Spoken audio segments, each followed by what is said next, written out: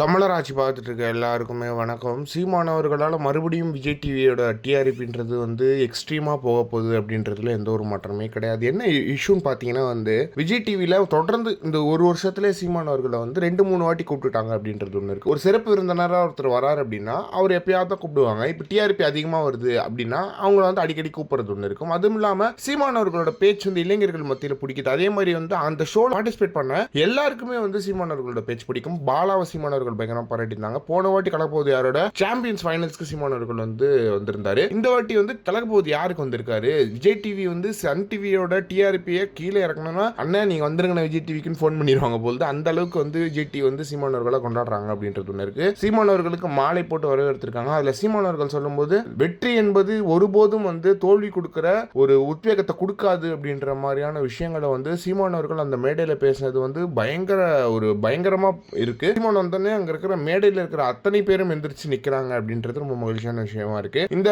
நிகழ்ச்சி 27 ஞாயிறு, அதாவது நாளைக்கு விஜய் டிவியில் வரப்போகுது 3 மணிக்கு அப்படின்னு நம்ம சொல்லலாம். இந்த 3 மணிக்கு வரப்போற நிகழ்ச்சி அந்த 3 மணிக்கு அப்புறம் சன் டிவியோட டிஆர்பின்றது திங்கட்கிழமை காலையில வரும். இந்த யாருக்கு நல்ல டிஆர்பி கிடைச்சிருக்கு சண்டேஸ்ல அப்படின்னும் போது சன் கண்டிப்பா சீமான் அவர்கள் அடிச்சு நொறுக்கி இருப்பாரு. டிவியோட டிஆர்பியை அடிச்சு நொறுக்கி இருப்பாரு சீமான் அவர்கள் ஒற்றை அழகா அப்படின்றதுல எந்த ஒரு மாற்றமே கிடையாது. இதை பத்தி நீங்க என்ன நினைக்கிறீங்க அப்படின்றத மறக்காம கமெண்ட் பாக்ஸ்ல சொல்லுங்க.